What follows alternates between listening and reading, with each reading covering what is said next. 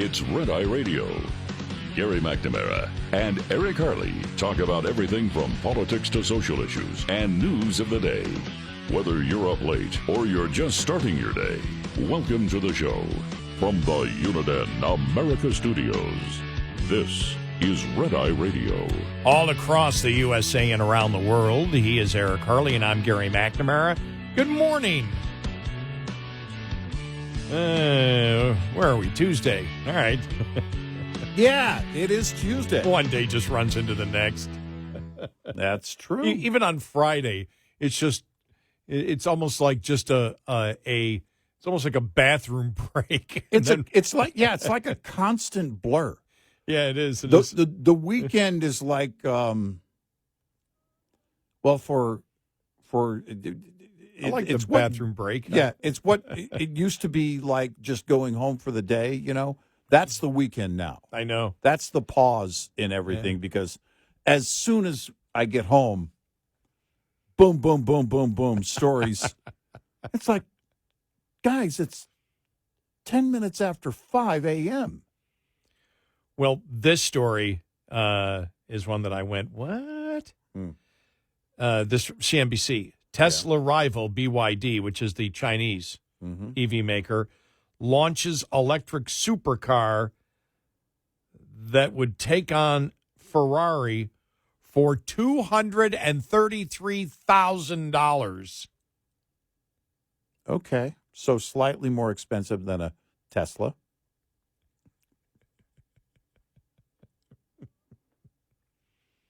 And it's still an EV. I just can't imagine.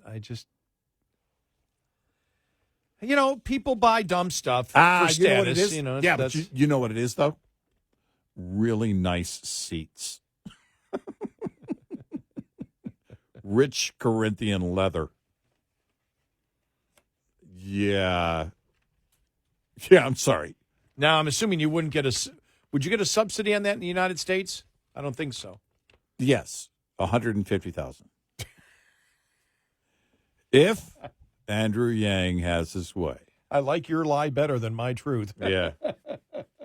Why not? $150,000. Just throw it on. It's like a student loan. You didn't get a student loan? Okay, we'll give you this. Anybody who buys an EV and finances it, your loans are forgiven. Yeah. Right. Right? Mm-hmm. No, they're canceled. Yes. They're canceled. They're canceled. Nobody's hurt by it. You just get a free EV. Well, see, here's the thing. We can even take what Clyburn says and extrapolate all that out. And I have possession of the vehicle. And possession is 9/10 of the law.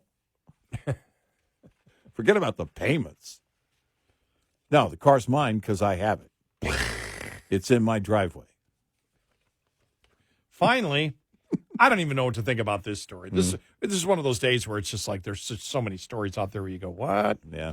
Wendy's is preparing to test an Uber-style surge pricing model where the cost of menu items will fluctuate throughout the day based on demand, meaning a Dave's burger will cost more during the lunch or dinner rush. You mean when people actually go there? Yes. Oh. Who wrote this? New York Post. Okay. When I saw how this was written, I said, got to be, let me see, it's got to be the Post or something, and it was. The fast food chain's unappetizing plans, set to be tested in a high-stakes rollout next year, will squeeze more money out of already inflation-battered Americans who may not have the option to eat their meals during off-peak hours. I don't know why I found that funny. Well, but I found that funny. It's like, well, and you're also taking, your lunch hour is dictated by your employer. yes. Quite often, not all the time, but so then at that point, Wendy's is out of the question, right? I mean, if they're going to do that, surge pricing. By the way, if Chick-fil-A did that, all their prices would skyrocket. all the time. The line is around the block. Except on Sunday when the prices are zero. Now, you can't buy anything, but the prices are very low. The Chick-fil-A closest to me, and again, I don't eat there because not because I object to anything that they're involved in, but it's just that the carbs. Yeah, everything they have is carbs.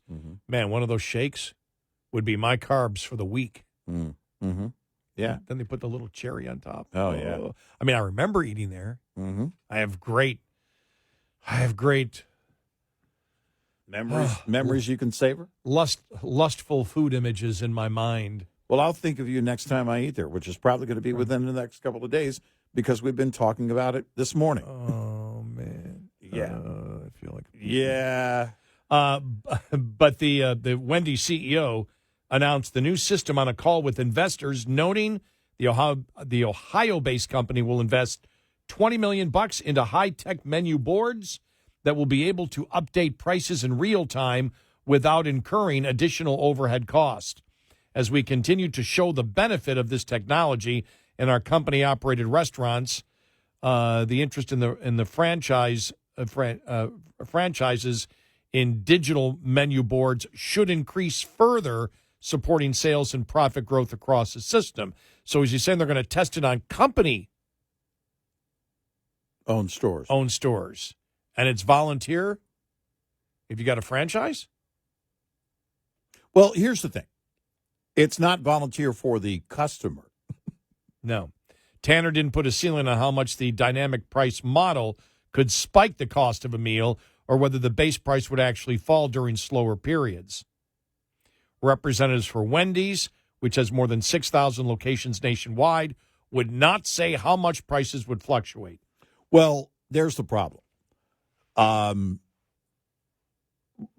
It's going to go viral because now that it's out there, just wait for one YouTuber or TikToker to get out there and point it out and show.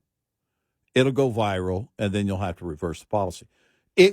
Having to increase your costs or increase your prices because of increased costs is expected. I mean, that's one thing. But you do that across the board at pretty much during every operation hour. That's you don't have the fluctuation. Wow. That's just not a good idea. It's what's interesting is on the delivery apps, the food delivery apps have basically a surcharge for most items on fast food. So you pay more, and you also pay a delivery fee unless you have a subscription. Then you pay also a tip if you're so inclined. And so you're paying a premium, but you're paying a premium to get it delivered.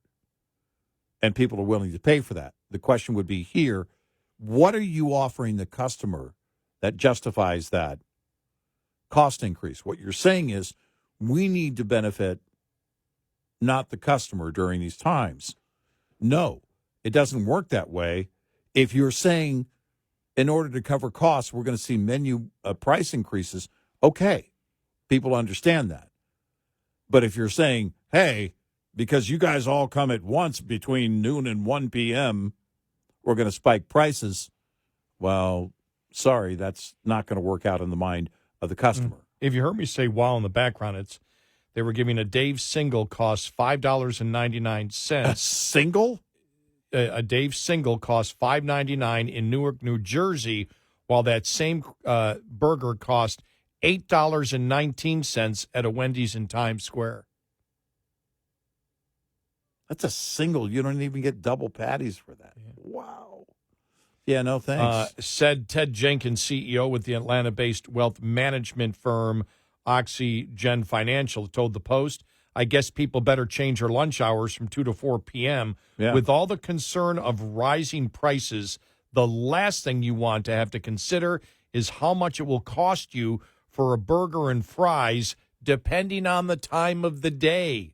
Mm-hmm. This isn't any better than what we see going on with guilt tipping right now. Mm-hmm. It will prey on the fact that people can't remember what the price was yesterday or the week before. It isn't a Taylor Swift concert. It's a burger, fries, and a Frosty. Mm-hmm. Industry experts warn that Wendy's should expect a backlash when it tries to hit up hungry diners with the ever-shifting prices.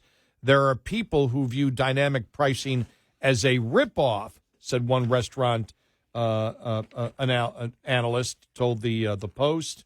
You had another restaurant consultant, Arlene Spiegel, said it won't fly and guests will be very upset. You can't surprise a guest with your meal will cost another 50 cents or $1 today at this time. Wendy's already, I didn't know this, Wendy's is the most expensive fast food chain in the United States. I didn't know that. After menu cost rose 35% due to inflation between 2022 and 2023, according to data from the consumer transparency platform Price Listo. Franchise owners contend that dynamic pricing is more about helping with scheduling and easing the burden on kitchen staff during peak hours as opposed to maximizing profits, which would have been that was my point that I didn't say yet. I was thinking, I said, well, wait a minute. Supply and demand. You got a ton of people coming in. Yeah. You want to get them all through as quickly as possible. That's the number one rule in fast food. some of them actually have a clock over the window, the drive-through window, not necessarily for the customer, but for the staff and the managers to see, because they want each order processed in a certain amount of time. It's like what Taffer would do with Bar Rescue and table turnover in the restaurant industry and everything else. You want that turnover, and in fast food, it's all about the drive-through. Right, and the more you sell, the more you can make. Yep.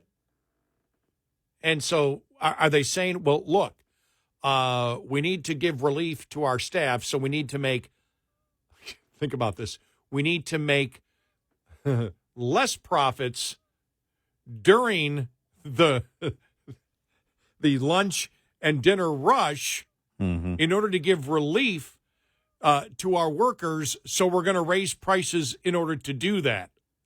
Yeah. Again, that's not a business model I would want. Well, that was my whole point. What are you doing here that's benefiting the customer? Oh, and I forgot, I didn't finish my thought when I was talking about the Chick-fil-A nearest to me. Mm-hmm.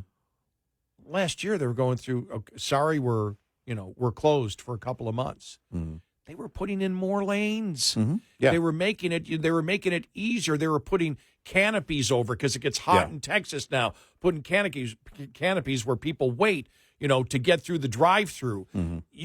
It looks because like, they have workers out there that stand out there too during the heat. Yeah, it looks like it looks like a border crossing when you go there. There's so many people outside, and and it is amazing how crowded that gets. And they found out really since COVID especially, but fast food right now, everything's about the drive-through. Nothing is about dine-in. Nothing. Right. The focus is the drive-through for the reason that we stated. It's always been about, in any dining area, if it's a walk-in diner, whether it's fast food or not, you're wanting to turn those tables over. Well, in the drive-through, you don't have to turn tables over. It's car after car after car. If you expand the drive-through, you can get more people, more orders through. And if your goal is to give relief to the staff, well, then you're understaffed, which, by the way, everybody understands, but that shouldn't be your goal. Your goal is to serve the customer. And your goal is to bring by the way, consistent price. I don't expect it to be lower price in the wake of inflation. I just don't. It's just reality. One franchise owner of another franchise fast food restaurant said, I think there's a lot of room for consumers in terms of price amounts that they're going to accept. A lot of room? That's delusional. That's sorry.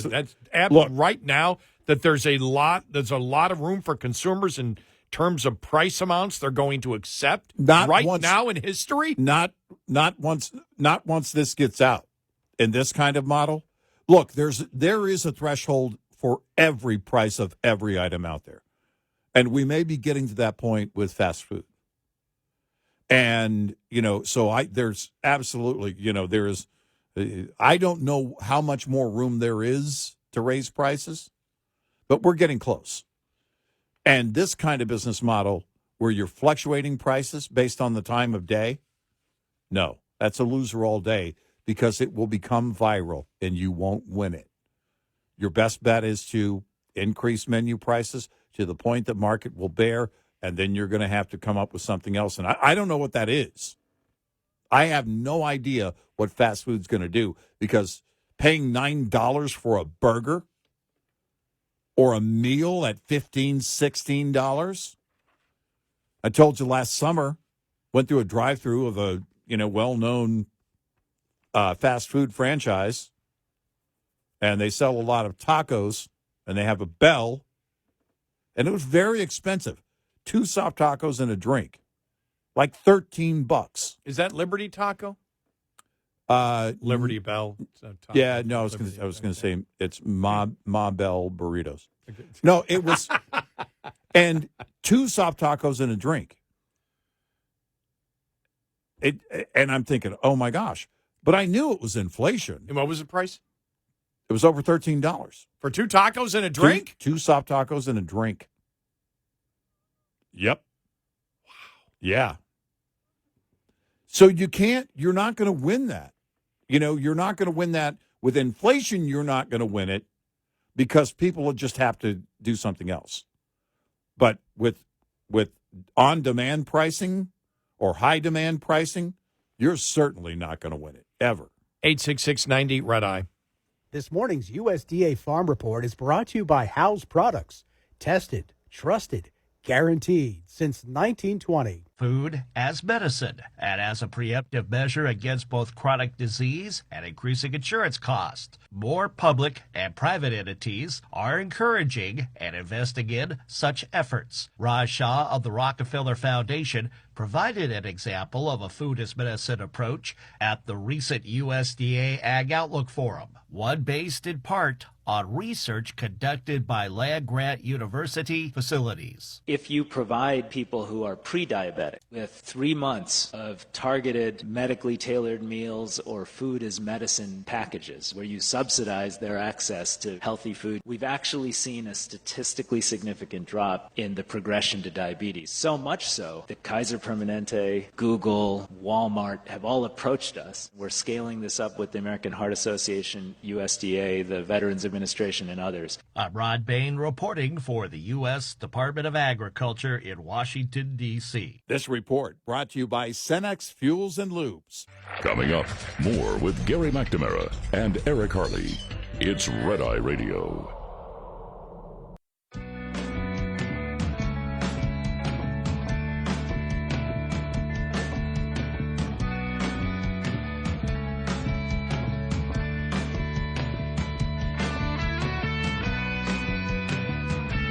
It's Red Eye Radio. He's Eric Harley, and I'm Gary McNamara. What was that story you were just talking to me about? You just started about Kellogg's. About the, yeah. You didn't get to the whole. From USA Today, the CEO of Kellogg's basically suggesting, the cereal for dinner. They've been doing this ad campaign for about a year, cereal for dinner, which, by the way, isn't a new idea. Seinfeld. Yeah, or anybody who, lived on their own after they left home, right? It's like whatever was there, you just ate it, and often it's cereal. I've done it. But then getting pushback, getting criticism over it, the thing is that it is cheaper. Cereal is cheaper. But if I were the Kellogg's CEO, I'd be careful about that because the store brand cereal is even cheaper than the Kellogg's brand. So you do have to be careful about that. But it's dinner. You got to have a piece of meat. I need some food, Cereal's okay for breakfast.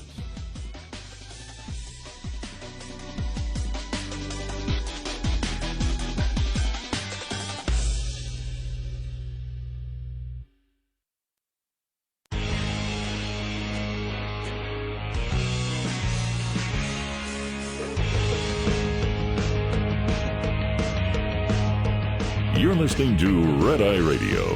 from the Uniden America Studios. And he's Eric Harley, and I'm Gary McNamara.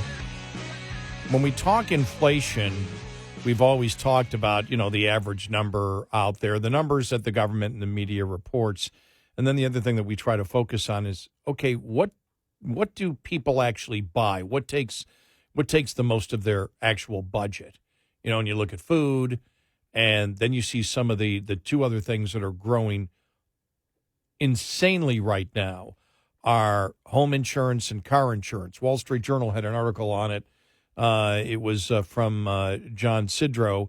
Even as used car prices fell in 2023, an eye-watering rise in premiums often wasn't enough to offset higher cost for global auto insurers. So they're talking about this just isn't a problem in the United States. It's worldwide. You may have noticed that insuring your car has gotten insanely expensive. It isn't just happening in the United States, and it isn't all about used car prices either. Several large insurers in Europe have pointed to a surge in motor insurance premiums in their 2023 full-year results. On Friday, Allianz said the segment was a big driver of property and casualty revenue growth in its German home market. The day before, Paris-headquartered AXA reported that motor vehicle premiums rose 7 to 10% in the last year in its commercial and personal lines, respectively. In emerging regions, including Asia, Africa, and Latin America, it increased 33%.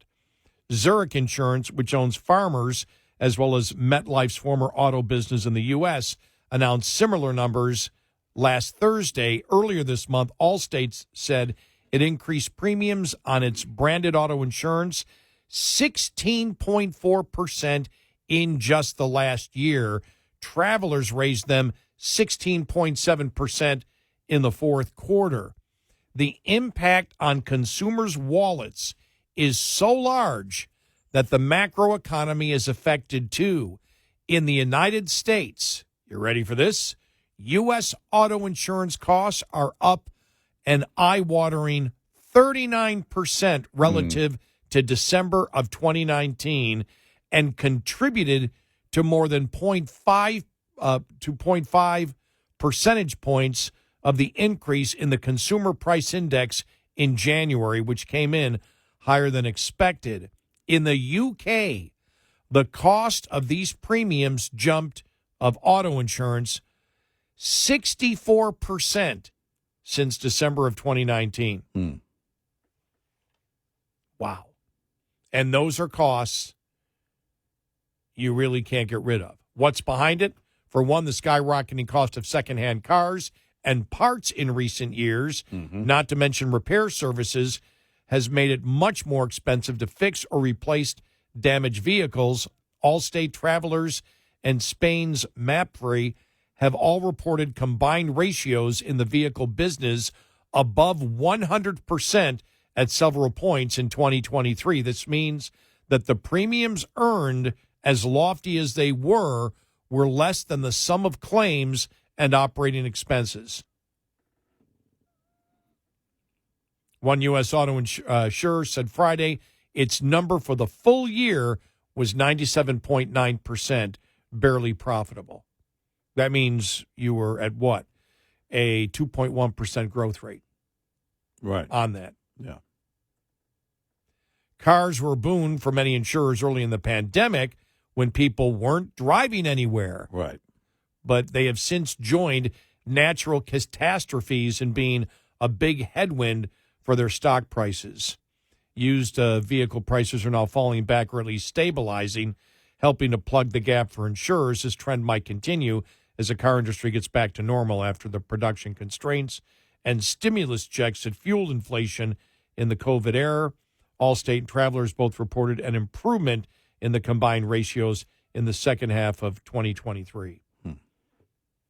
Hey, I'm an old man. I was surprised how much my car insurance went up.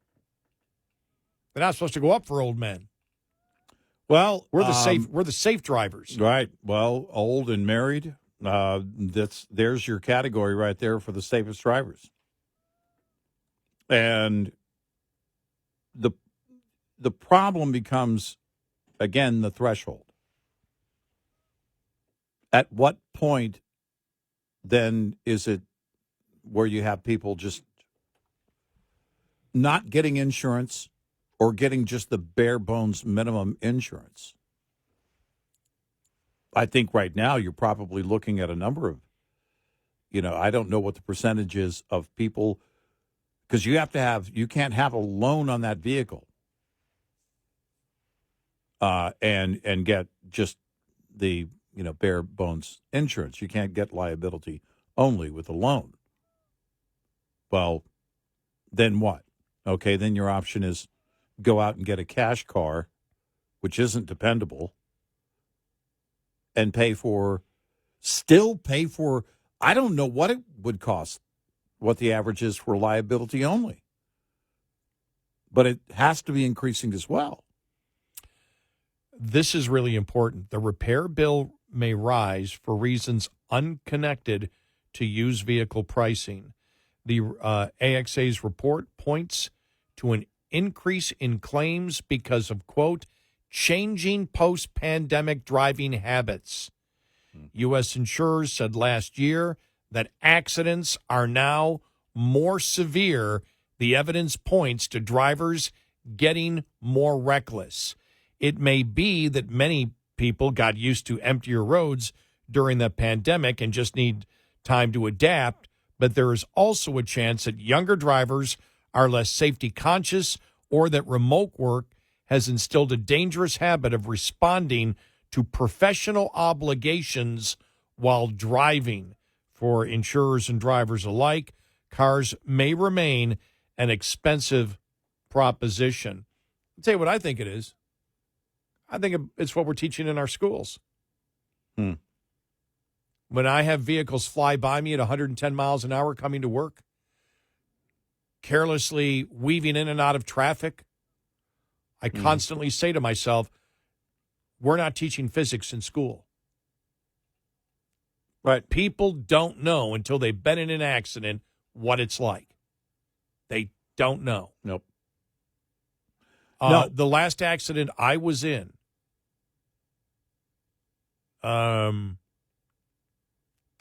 probably, I think, 17 and a half years old.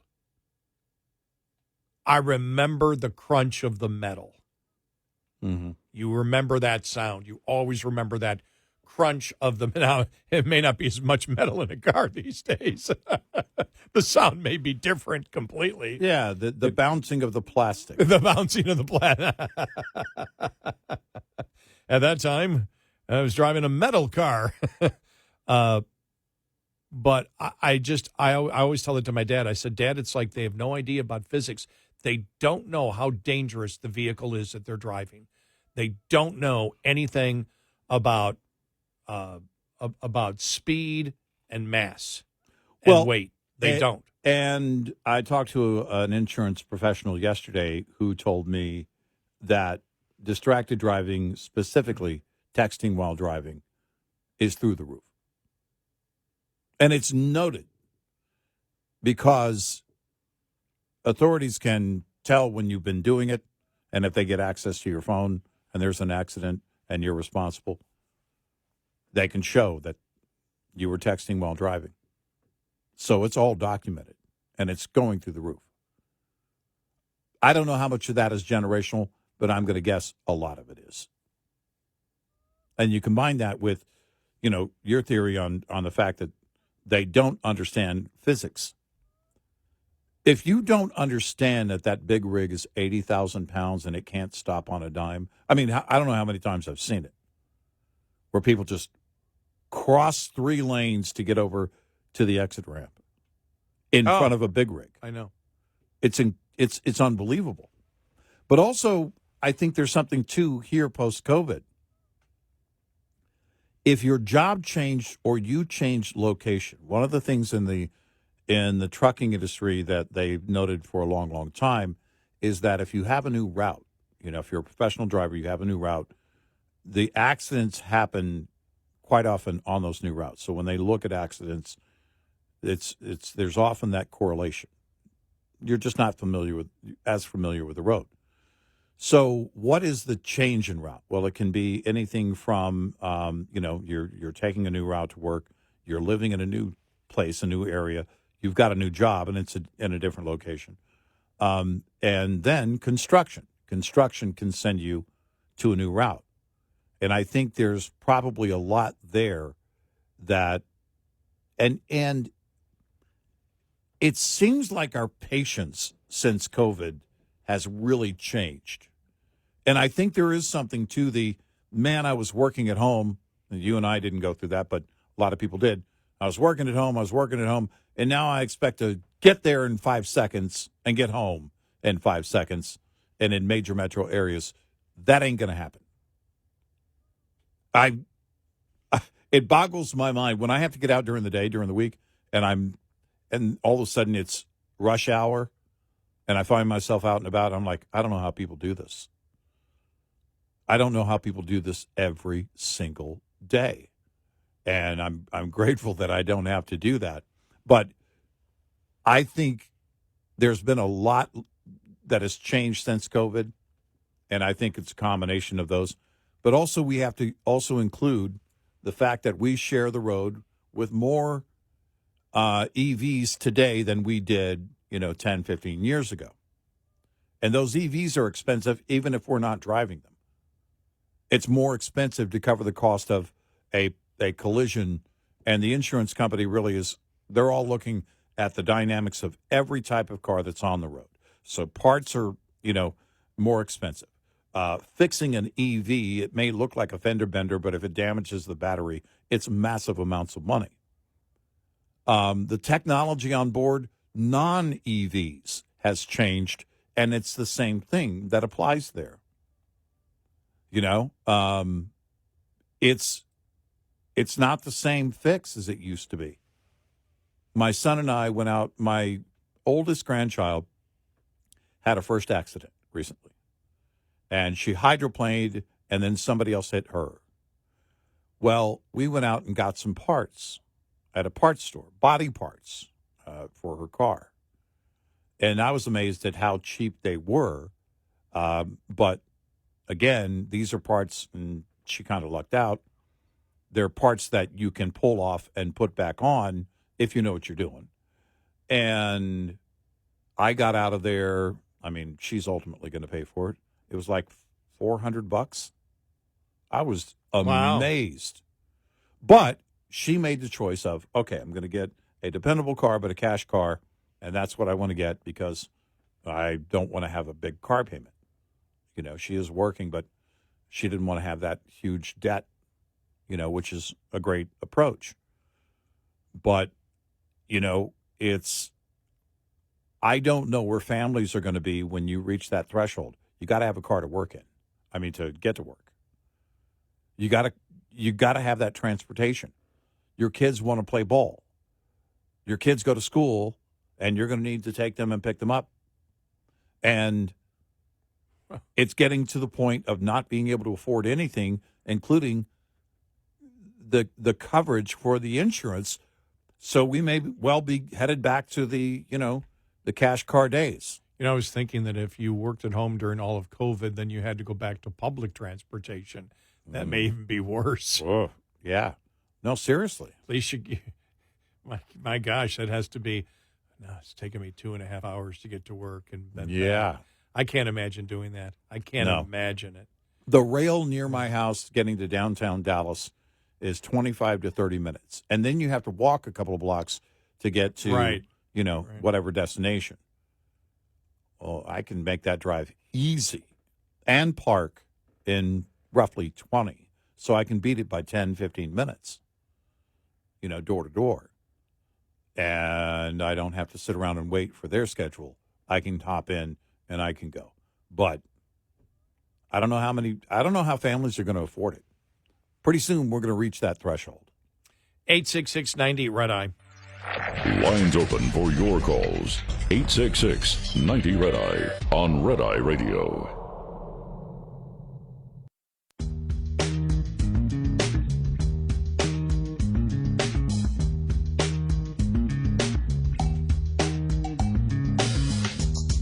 Tonight Radio, he's Eric Harley, and I'm Gary McNamara. The Bonnie Willis disqualification hearing continues today. Oh, wow. The judge has announced that the former law partner of Nathan Wade, who she is alleged to have had an intimate relationship with, will have to testify in court. And also all those cell phone records that the attorneys have come up with. He will decide whether to allow them into evidence on Friday. It'll be because it hasn't been officially presented in court. Right. I don't know how he refuses them if they're accurate. If they're accurate, I mean, if they're legitimate at all. And nobody has said they're not. Nobody's not. Right. No one's right. No one's making that case. Right. You have to admit it. Yep. I would think. I can't see how it's not game over at that point. Yeah.